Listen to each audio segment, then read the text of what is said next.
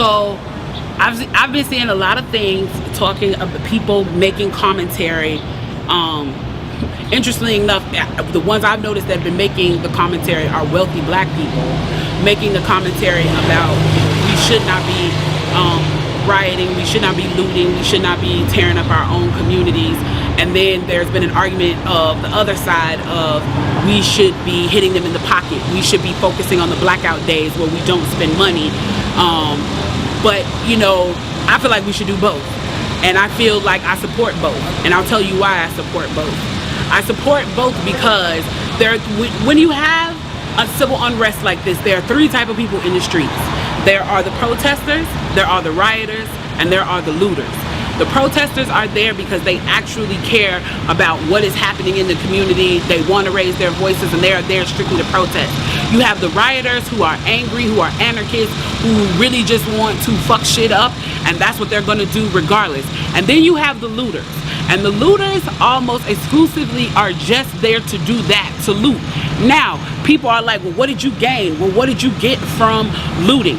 I think that as long as we're focusing on the what, we're not focusing on the why, and that's my issue with that. As long as we're focusing on what they're doing, we're not focusing on why they're doing. And some people are like, well, those aren't people who are legitimately angry about what's happening. Those are people who just want to get stuff. Okay, well then, let's go with that. Let's say that's what it is. Let's ask ourselves why in this country in 2020, the financial gap between poor blacks and the rest of the world is at such a distance that people feel like their only hope and only opportunity to get some of the things that we flaunt and flash in front of them all the time is to walk through a broken glass window and get it. That they are so hopeless that getting that necklace, getting that TV, getting that change, getting that bed, getting that phone, whatever it is that they're going to get, is that in that moment when the riots happen and if they present an opportunity of looting, that's their only opportunity to get it. We need to be questioning that why. Why are people that poor? Why are people that broke? Why are people that food insecure, that clothing insecure, that they feel like their only shot, that they are shooting their shot by walking through a broken glass window to get what they need? And then people want to talk about, well, there's plenty of people who pulled themselves up by their bootstraps and got it on their own.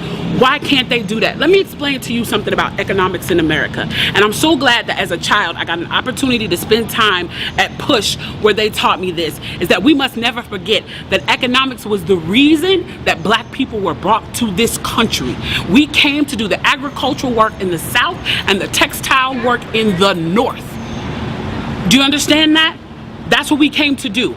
We came to do the agricultural work in the South and the textile work in the North. Now, if I right now decided that I wanted to play Monopoly with you, and for 400 rounds of playing Monopoly, I didn't allow you to have any money, I didn't allow you to have anything on the board, I didn't allow for you to have anything, and then we played another 50 rounds of Monopoly, and everything that you gained and you earned while you were playing that round of Monopoly was taken from you. That was Tulsa, that was Rosewood. Those are places where we built black economic wealth, where we were self-sufficient, where we owned our stores, where we owned our property, and they burned them to the ground.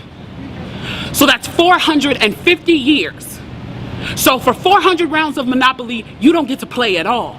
Not only do you not get to play, you have to play on the behalf of the person that you're playing against. You have to play and make money and earn wealth for them, and then you have to turn it over to them. So then for 50 years, you finally get a little bit and you're allowed to play. And every time that they don't like the way that you're playing, or that you're catching up, or that you're doing something to be self-sufficient, they burn your game. They burn your cards. They burn your Monopoly money. And then finally at the release and the onset of that, they allow you to play and they say, okay, now you catch up. Now at this point, the only way you're going to catch up in the game is if the person shares the wealth, correct? But what if every time you share the wealth, then there's psychological warfare against you to say, oh, you're an equal opportunity hire.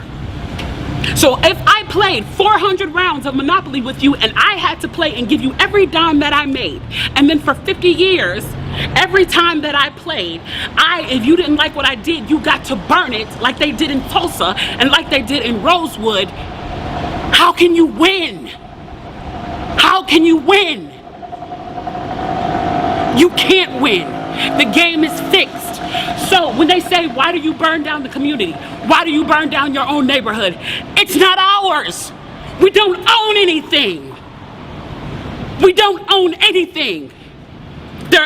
Trevor Noah said it so beautifully last night. There's a social contract that we all have. That if you steal or if I steal, then the person who is the authority comes in and they fix the situation. But the person who fixes the situation is killing us. So the social contract is broken. And if the social contract is broken, why the fuck do I give a shit about burning the fucking Football Hall of Fame, about burning a fucking Target? You broke the contract when you killed us in the streets and didn't give a fuck. You broke the contract when for 400 years we played your game and built your wealth. You broke the contract when we built our wealth again on our own by our bootstraps in Tulsa and you dropped bombs on us. When we built it in Rosewood and you came in and you slaughtered us.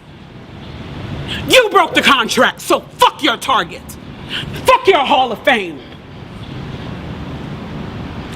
As far as I'm concerned, they could burn this bitch to the ground. And it still wouldn't be enough. And they are lucky that what black people are looking for is equality and not revenge.